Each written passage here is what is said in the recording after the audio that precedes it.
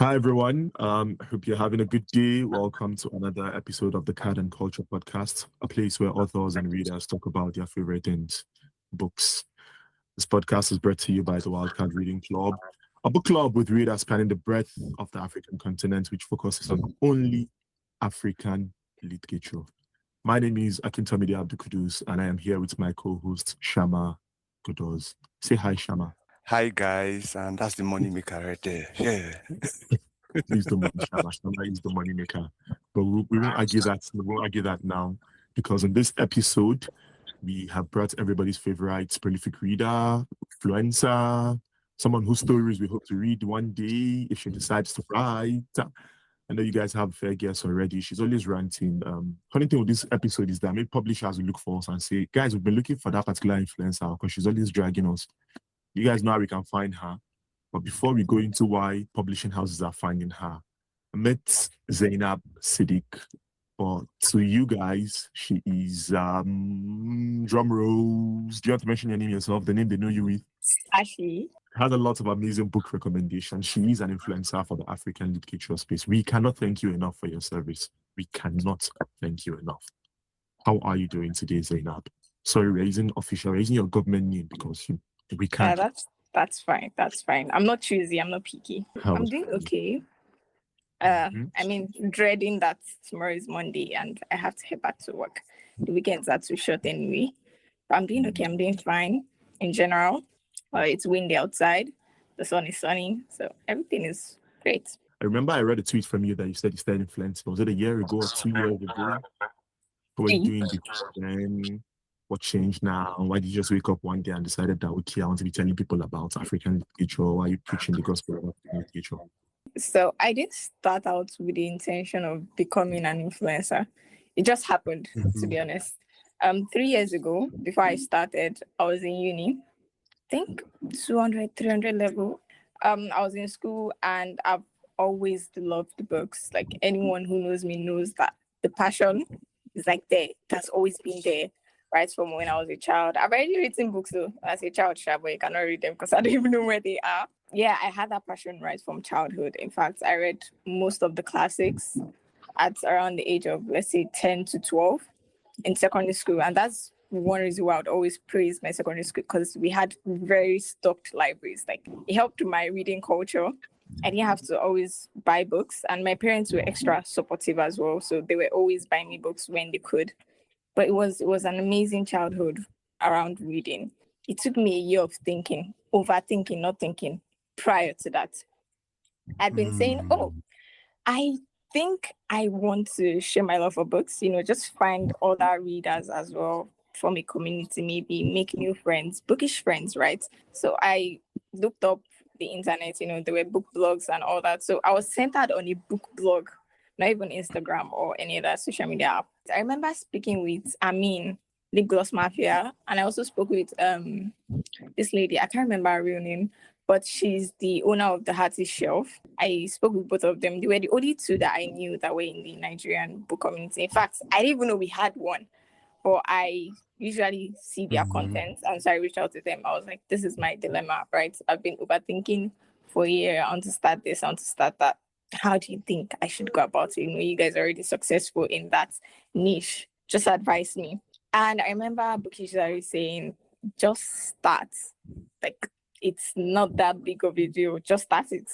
You love it. Start it. You figure things on the way. Eventually, I opened my Instagram. So I had to teach the idea of a book blog because maintaining a website is costly. Because I did a lot of research. Within that 1 year, while I was overthinking, I was also doing a lot of research. I remember I still have this big notebook at home where I was writing content ideas, possible things I could do and talk about, how I would structure the thing. But I had to let it go for Instagram. And yeah, that's how I opened my Instagram page. In fact, Sacchie was not my initial name. Can you try to guess what the name is? I don't think you'd be able to guess, but you can try. You can try anyways. I want to guess. I want to ask. Is it Live 44 at library.com? Baby Reads. My name was not even included. So it was Ink Bound Dreamer. How I came about that name, I can't remember exactly. I know I used all these random name generators. I sat down with it, threw different words inside, dream, books, everything. And eventually, she gave me inbound dreamer. And that name is quite long. And I did use it for a while until I was like, wait, why not use this nickname that I gave myself since secondary school? And that was how Sacchie somewhat became like a literary persona. I don't know, you've not explained to me why you switched to Sacchie. Okay, so I felt like I needed a change, and the inbound dreamer was a bit long. I won't lie, before I changed it, I was quite attached to that name, even though it's not all that. I was attached to it because a lot of people already knew me by that. In fact, I was scared people would not be able to find my account because I already changed it. But I'm glad I did, because what's that? What's Inkbound Dreamer? No. I just said I have a nickname, right, from school. Other people, other accounts have something like reads attached to their name, library, and everything. I was like, you know what? Nobody's being Sacchie. I'm going with Sacchie. And so I used Sacchie Reads as my username, and then Sacchie is the only name you'd find it, except occasionally when I'm introduced as Zainab. Now you open the Instagram account and then there's like all of that. And you are reviewing books. And I'm quite sure like you reviewed what you enjoyed from the beginning, to build that following. You know how we do it now. What was the journey like from when you started to the first paid gig? You see, the craziest part, let me bust your head. When I started, I was not big on African literature. I read African literature, but I was not big on it. I was reading mostly foreign reads. In fact, my first set of ARCs were from international publishing companies.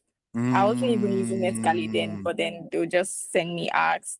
And then I would also see ARC signups and hop on them. So I didn't even start with African literature. Mind you, my entire childhood was actually African literature. So I don't know why I didn't start with that. I think it was an accessibility problem for me initially. So I went with those ARCs. I was reading a lot of ARCs. I miss those days. I would read 15 books in a month.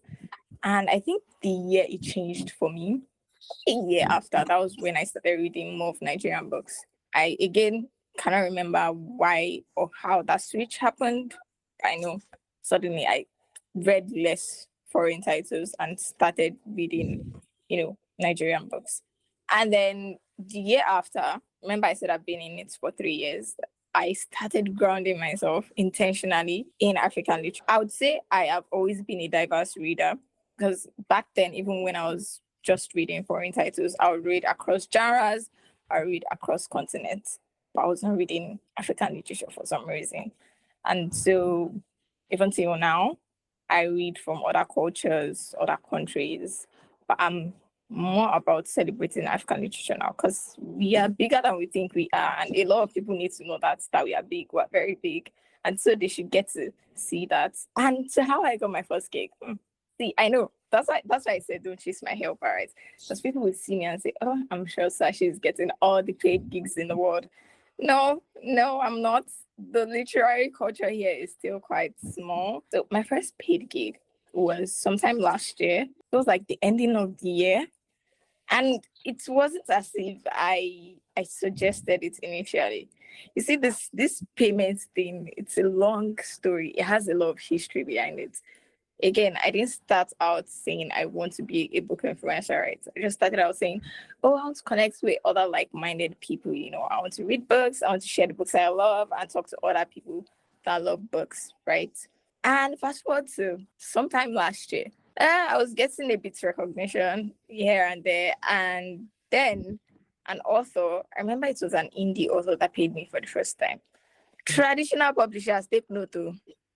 An indie author paid me for the first time, and she suggested it, like she assumed I'll be getting payments. That was when I was like, hold on a second, so I can actually get paid for this shit. I had to quickly pause that conversation, do a deep dive, find out everywhere. What price should I give her? God, hope she not say so much, hope she not say it's too little. And I gave her my rates, and she said perfect. I was like, hold on, is that what works here? And that was how we started. And yeah, so I think there's a lot of sensitization that we actually need in the community, because a lot of people are doing a lot of heavy lifting for free. Like, I'm not an editing genius, so my content doesn't have a lot of editing. Mine is just talk about the book as much as I can, get people to read it. And since I already have some stock influence, people would listen. So that's basically what the money is for, my time and my influence. I started seeing myself better. I was like, hold on a sec. Myself no small. Oh. Because she assumed that I would ask for money. And so I still feel like if she hadn't said, oh, so how much is my fee? It would have taken me a while. Maybe I would start asking for money this year. I would have eventually seen the value in it, the value I'm offering, and said, you know what? But yeah, that's how it started. That's how we started. So I just want to just refer from that where you said that, oh, they are also paying you for your time. I'm like, don't forget that I think I like your reviews personally because I like the angles that you come from and how like you even go very technical with it, because I am a very technical person, and you're able to like compress that into short videos. And that's something I'm starting to learn this month, because if I start, I know they stop. So I'm trying to learn how to start and stop like you. So yeah, you're really awesome in that respect. So yeah, that's what I was trying to add. Thank you. Yeah. Well done. Hopefully you get more payment gigs this year, so you can come to Joss or Amen. Amen to that. So what has been high points for your work so far? Like which particular review or what happened that you know that, oh no, this one is right up there? So I've written a lot of reviews. I've written quite a lot. In fact, there was a time I was so specific about how I would be referred to. I was like, I'd rather you call me a book reviewer than any other thing. Because I was like, I'm not influencing that much people. I often dismissed the value back then I was offering. I felt like, it's not a big deal. It's not that much. And that's why I try to let other people know that, look, right, you started for passion, but once you start doing certain things, you should get paid for it. It's not bad of you to want to get paid for something you're putting your creativity and sweat and time into. Let me use this year as an example, though. The review I made for How Beautiful We Were. In fact, I'd like to join you guys when you're having your audio session. I'm not saying I want to join as a speaker. Yes, I'll probably say my review for that book is one of like my highlights for the year. I really, really enjoyed that book. It had its commas, but I really enjoyed it. And so when there's this lady, Ife, she's here on X. I met her on X. And so when she put out something saying, oh, she's looking for reviewers and readers to be guest featured on our platform, just write a review of the book. I was like, I need to write a review on that book and have it posted on our platform. So that was one of my, in fact, it's on the list of my top reads. So I definitely enjoyed writing the review. So for you now, after that, or after maybe it was after you were paid, after you wrote that review, what is one thing that is so great about this job for you? So I'll take you back to the passion, really, reading the book itself and having to just sit and collate my thoughts. Sometimes I'm surprised with what I write. I'm like, Yusuf, you saw that I wrote this. That's cool. That's cool. And I'm more of a written person than video, to be honest. So as I video, but I'm trying to put myself out there now. It's the passion, right? The reading process and then the after, sitting and trying to write a review. So for me, I don't write a review immediately because the emotions are still high at that moment, right? So I take a while, I take a pause. Can be a day or it's sometimes I abandon the review, my notepad, and then come back a week after. But I take a pause before writing a review. But I'll say the sweetest part of it is reading the book. Bonus points if it's an amazing book. Sitting with myself to write a review about it. And then the money part. What growth have you seen in this bookfluencing space where you Roving, Isioma, favorite Igbo boy? What growth have you seen so far? Like, do you think there are now more people that people can reach out to if they want to start the way you wanted to start and you found a little people to reach out to? Definitely. In fact, it took me a while to break into the Nigerian literary community. As I said, I started with foreign titles. So my first few followers were whites and other races, right? Even Indians, because apparently my name is quite similar to an Indian name. So I had a lot of Indian followers. In fact, I have Indian friends right now. The reason why they followed me was because they saw that name and they were like, this sounds like an Indian name. And so they followed me. It took me a year or thereabouts to fully break into the Nigerian literary community. And I would say it has definitely grown since then. A lot more people are starting. People are starting just for the passion of it. People are starting for the fun of it. People are making good friendships. In fact, I've made a lot of good friends from the Bookstagram community, and still we have some set of people that are not even aware this happens, that this is going on. So I'd say there's definitely space. There is space for more growth. But we're definitely growing in numbers. And it's exciting because I get more people to talk to, more people to talk to about books. So it's amazing, to be honest. It's amazing. What's one thing you wish could be better in this section of the industry? Okay, it's a two-way question. It's a double-entered year. The first entered I entered here is for youth influencers, and the second entered I entered there is for those that give influencers jobs, and in both the readers and even the authors, publishing houses, and the likes. Okay, so for us, I would definitely like to see those that want to do it professionally actually get their things done professionally, right?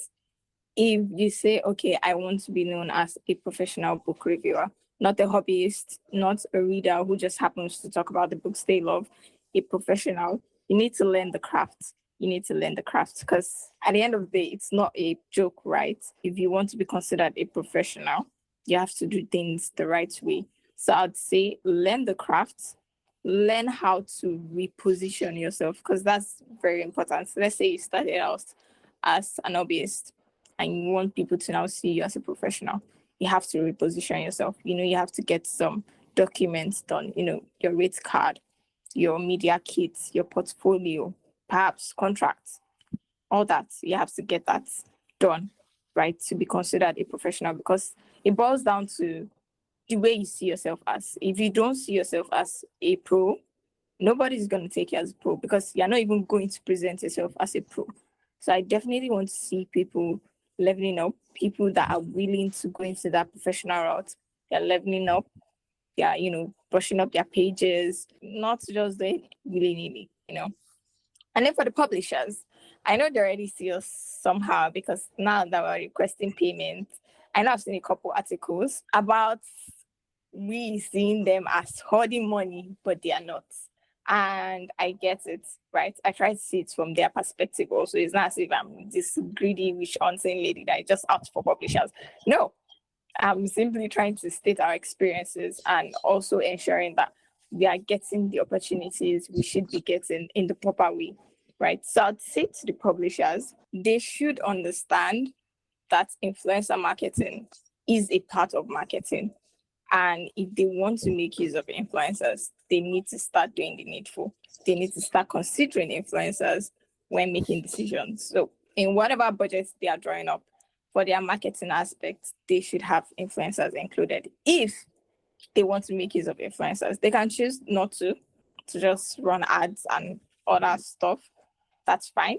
But if you're going to make use of influencers, know that the influencer should also be paid because you're reaching out to them for a reason. You see value, so you should pay for that value. So, is there anything that would make you, would I say, reject a job? What are the things that you'd be like, nah, I'm not influencing this. I'm not reading this book. I'm not taking on this role of promoting this book. A lot of things, but you see, the number one that is now a recent thing is AI. Yeah. Hey, hi. Your book has AI cover. Take it far away from me because I'm going to stone you with it. Carry that cover far away from me. Now, it's a different thing if you are making use of technology to maybe brush up some ends and it's not noticeable. It's not dead art because you can see it on sites that this is an AI book cover. So if it's just, trying to add designs or creating a base for that design, that's fine. Everybody uses AI. Nobody can tell me they're not using AI now. Look at you like this. You're using it intentionally and unintentionally. So you can't say you're not using AI, right? But using AI to create a book cover, I'm drawing the line. You can tell. I mean, I've had about 3 request. And I was like, no. And I told them why. I told them I can't do a promo for you because your book cover is AI. I believe even if there's no budget for it, use Canva. Free Canva can get you something better than an AI cover. If you're quite intentional about it, you'd sit down, look for an art that really speaks about the book and try to get the art done whatever way you can. Even if it's to use illustration or whatever, that's better than an AI cover. And I hope a lot of people would actually see that sure, AI is here to assist us with stuff, but we should not like to take away some stuff, because what sort of cover do you want to generate with AI that I would like, that would, evoke some sort of emotion from me? Good emotion, by the way, that would see I'm like, oh, this is amazing art. It's supposed to be an art. Remember, literature is a form of art. So your cover, the title, the content of the book itself, it's a reflection of art. Whatever you're designing, don't use AI. Some authors really need to get that, because I'm seeing a lot of AI book covers now. Let's not even talk about those that, write the book itself with AI.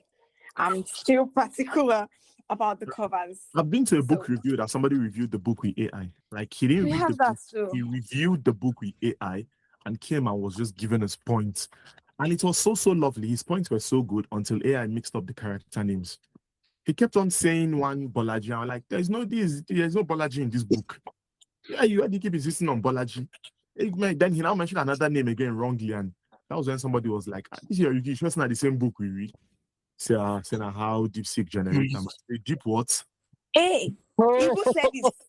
He said with his full chest that, he didn't read the book, but that he didn't want to miss the review because he thinks it to be a good review, so he just used AI to get his summary. Like, oh wow, right? They follow me. I give book points since. That's crazy and annoying as hell, because of that now, there are some authors that say something like, I might give you now, you might not even fully write it yourself. I've been hearing a lot of reports about some reviewers using AI. And the thing is, we can tell. Now, not the general public might be able to tell. An image is easier to tell that it's AI generated than it's text. But for someone that uses AI, I can tell. Trust me, I know. It doesn't have to be the hyphen or the dash or all that or the M dash. No. The way you're writing, I can tell that you used AI. I'm looking at it like this, that I used AI for this. And some people will use AI and just copy and paste. No editing, no tweaking, even down to the hashtags. Trust me, I've seen a couple reviewers. I'm like, this review is AI generated. If not completely AI generated, let's say 90% AI assisted. And it's not an issue if you're using AI for, let's say, grammar correction or something. But when AI is doing the heavy lifting for you, I don't know what to say about that. Back to the question, I'd say an AI book cover is like topping the list. Now, very closely, in second place is nonfiction. Look at me. Do I look like someone that reads nonfiction? I'd say the only non-fic I read occasionally is memoirs. And some memoirs are written like stories, right? So it's easier to read them. There's no amount of money you want to offer me to read things that I'm not interested in reading. That's something I'll pride myself on. Because how do I review then? How do I review something that I did not, let me not say I did not enjoy, because I review books I did not like, but something that I didn't put my heart into it. I'm just like, I'm getting money out of it. So I'm sitting with a book and pen and just highlighting bullet points. Let me just give this person a review and collect the money.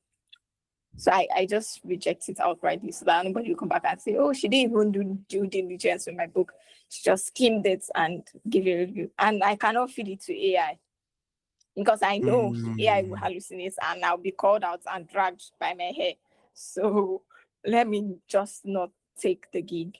Right, I'd rather not. So those first two are like what I used to filter requests. I get requests, okay, what genre? You tell me non-fiction, I'm like, bye.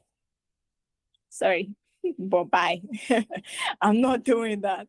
And then once I go through your page and I see you're using AI for marketing the book, for the book cover, I'm also out because you wrote the book. Why can't you talk about your book? Why do you need to use AI? And it's often looking very weird and dead. You see, again, I have no issue with AI. AI helps me every day. But if you are using AI, retain that humanness. Retain it, because I'm looking at the book cover now. It looks dead, polished ends. It's giving that AI vibe. I'm like, I don't want to read this. Even on my shelf self, it's not going to look nice. I'd rather take a book that has just colors on it. I think I have a book like that. Like, the author did not design the book cover. It's just plain. And then the title of the book. And I knew. And I'm cool with that. And it was an ARC copy. Sorry for triggering you, ma. I apologize. I like that you kind of like have those standards and all of those guards in place. And I share that sentiment, because if I see an AI cover, the interest leaves me. But then again, what is one thing that you would like authors to know about, like, the concept of bookfluencing? Because I think I follow you on Twitter a lot, and you always have a lot of messages like for people to know, because it's not just publishing houses that need to know. I think authors need to understand something, because even as me personally, as I try to market books, I have to sit down and like explain and say, okay, this is what bookfluencing is. So what is it that you wish that they would know, so that it could make their relationships with you better, how they approach you, and just the general art of like promoting books as an influencer? A lot of authors had no idea that you could pay someone to talk about your book, right? And I think people are now starting to see that, okay, books are also a product. Why should what other niches are doing not also be applied here? Why can't I market your product for you? I think a lot of authors are really starting to see that, because I get more DMs from authors than publishers now. And they bring the best to give, by the way, those publishers. So I would say they should understand that each influencer works differently, because I know I've heard a lot of things. I've heard things are happening, and I'm glad they never reach my side, because I'll give you bass boost. But yeah, they should understand that book influencers operate differently, and they should understand that me marketing your book for you doesn't mean I'm going to throw my ethics aside. Again, what you're paying me for is my value, my time, my creativity. You're not paying me to give you a 5-star. And I had to put that on. It's on my rate card. It's in my portfolio. It's on my media kit, so that you know that this money I'm collecting for you, if the book is bad, I'm going to say, yeah, I'm not collecting the money to say it's good. I will not lie, because I don't even know how to do it about a book. You will tell, because I will not have any good things to say about the book. And then you open the book and you're like, and Sacchie recommended this. My reputation is on the line. So I like authors to know that the payment is not for a 5-star. The payment is waiting for my time, because I have a lot of unread books waiting for me. So me putting your books above those books is because you're paying me. So you're paying for my time. I think I would really like them to get that, because I'm hearing some authors are paying and then complaining that they didn't get 5 stars after. And I'm like, is that what we're doing here? Wow. Is that marketing? I can market a book even if I did not like it. Now, from when you started this, when you started bookfluencing and stuff, what have you discovered about yourself? Throughout the year, like, I think the year and some change that you've done this, what has changed? What are the deeper truths that you found out about Zainab Siddiq? Okay, I would say I can be creative. Sometimes I surprise myself. I'll be like, you did this. I can be creative. And I feel like I would not have truly known how creative I could get if I was not in the space. So I'd say I became more confident in my creative abilities, definitely. I became more confident in my writing and the way I think. Because again, to review a book, especially for someone who does not want to just, blend with regular people, to review a book, you have to sit with that book. And that's why I don't review books immediately I'm done reading them. I take a while, I take a pause. And while I'm reading, I usually have a notepad open, and then I write my thoughts as I'm progressing, right? And so when I'm writing the review, it's not hard for me to just pick all those things together and form my full thoughts. And so I'd say, yes, I definitely know my writing got better because I had to find a way to, sell my message, right? Let people know what it is I'm trying to communicate with them. Not in too big of an English, basic English, and still be able to do it in an Instagram caption. Do you know how hard it is to condense your thoughts into a couple number of words, short number of words? By the way, I think Instagram caption is less than 200 or thereabouts. So I have to condense everything I thought about the book, the good and the bad, into that amount of words to be able to put in Instagram caption. In fact, back then, I used to write longer reviews. My review would enter comment section.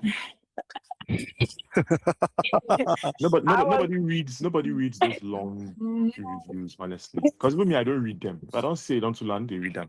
Agba reader. Agba reader, Why? you they read long comment section. Why? No, I didn't read long Agba comment reader. section. They did too. Sometimes it's too. So the thing is, if you cannot capture my attention in like maybe your first paragraph or second, it's I want the Okay, you just don't like bad writing. Let's bad writing. review of How Beautiful We Were by Mbolo Mbwe. That's a heading. Mbolo Mbwe was born in. Hello now. I'm out. Started with review of How Beautiful We Were. So my first line or second line or first paragraph, at least I should say something about the book.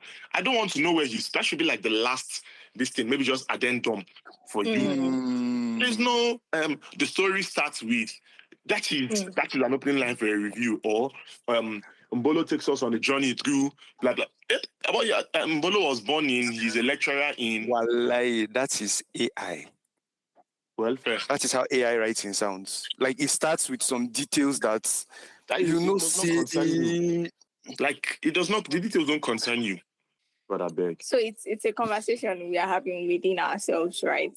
A lot of people don't know how to review books. That's why I say we have a lot of reviewers, but not a lot of people are professional reviewers. And again, it takes me back to what I was saying earlier, that if you want to be regarded as a pro, you have to put yourself out there as a pro. Know how to write a book review. There's a structure to it. You don't have to follow the structure, but at least tailor it in a way that is professional. Don't start with all this story. And the worst of it all that I see is people that start with synopsis. Share the one that I'll read at the back of the book, or the one I'll see on Goodreads. As I now, I don't need to see all that. I want to know your thoughts. That's what a book review is, right? I want to know how the book made exactly. Not story that does not concern me, that I can easily get in 3 seconds while Googling. I don't need all that. And while I even make a video about it, there are a lot of things in the workshop. We're trying to improve this community because it's a community, we're all bound. And while some people might see it differently from others, at the end of the day, they'll still pack all of us under the same umbrella. So we have to help ourselves. We have to make the community better. And just keep an eye out. Some things will come out. Some things. I want 5 books that you're ready to die on. There's a hill that you're willing to die on these 5 books. Just the books. Don't give me context. Don't explain the book. Just the book, the name of the book and the author. Okay. 1. So How Beautiful We Were by Mbolo Mbwe is one of it. In fact, it's 2. topping my list. You're about to give me context. Just okay, fine. 2. The Poppy War series. It's not African. Okay. Back to African books. Who's the author? Let's do African books. Let's keep it. Let's bring it home. Yeah. Let's do African books. An Unusual Grief by Iwande Omotosho. Oh, that's a good book. That is a good book. Don't worry, I'm with you. When Were Fireflies? Absolutely. Why didn't I? Abakar Adam Ibrahim. Yes, Shammah knows the history. 2 more. Okay, I really liked A Man Who Is Not a Man. I just finished it actually, but I've not written my review on it. Okay, let's go to the classics. I think I'll pick So Long a Letter. I love that epistolary. I'm looking to reading more epistolary. I think it's quite interesting to be able to tell a story through letters. It's like, having like a third person view on what's happening between 2 or more people. I like it. It's a bit intimate anyway. So yeah. Fair enough. Thank you. Are you going to get off my neck now? Yeah. Just 2 more questions and I'll get off your neck. Okay. So one of the 2. Message for influencers, readers, listeners out there. To influencers, I would like to say you're doing great work and you should appreciate yourself for it. But I would like you to also not get lost in that, right? Remember why you started. You started for the passion. Don't cut corners just because of money. Don't disregard your ethics, because you should have ethics, and people would also look at you with side eye if you do not have ethics. So do not disregard your ethics just for money. And continue doing what you love. Again, do not forget why you started. That's going to be very grounding for you, and it's That's something that will help influencers, guide you in your future. For readers, I would say we should open our eyes. Again, African literature is not Nigerian literature.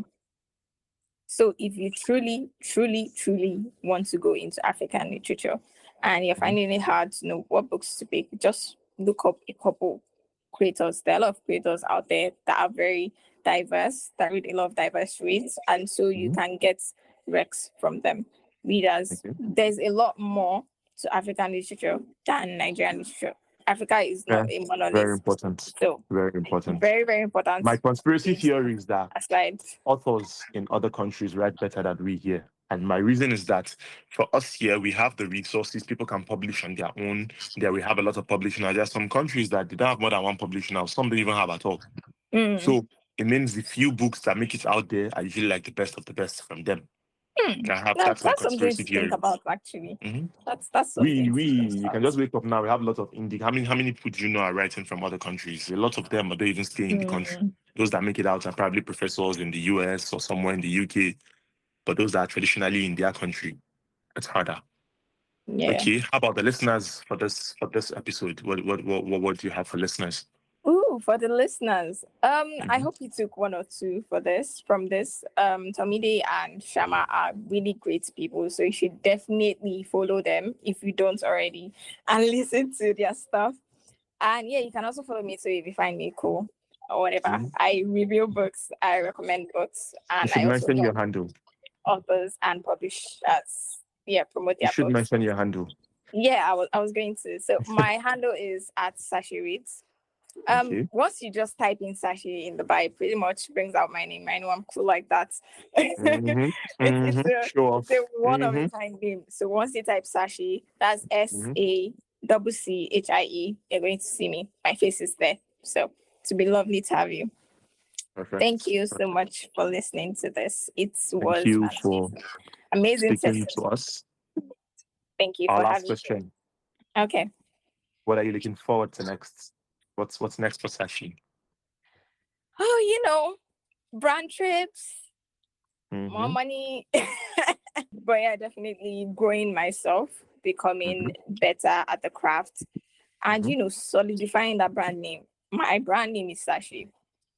Sacchie all the way. So nobody else should take it away from you. What? And nothing else should take it away from you. You can't too. They already knew my face. If I was faceless, perhaps you could. But I'm not faceless anymore, so you can't. It's stuck to me. Thank you so much for riding with us, and everyone listening to this episode. Thank you. You've heard Sacchie. You can find Sacchie. She has amazing books. She has amazing reviews, and just be careful so the publishers that are looking for her will not carry you to with her when they finally see her. Don't worry, we're safe. Don't worry. Thank you, Sacchie. Thank you, everyone. Thank you so much. It's an honor. Have an amazing week if you deserve it. If your character deserves it. Yes, I said it with my full chest. I was about to say, it's like a cause, but I mean, there's a clause to it, and I hope I deserve it. It's a clause. No problem. Thank you. Thank you so much. Enjoy the rest of your weekend. Thank you. Bye.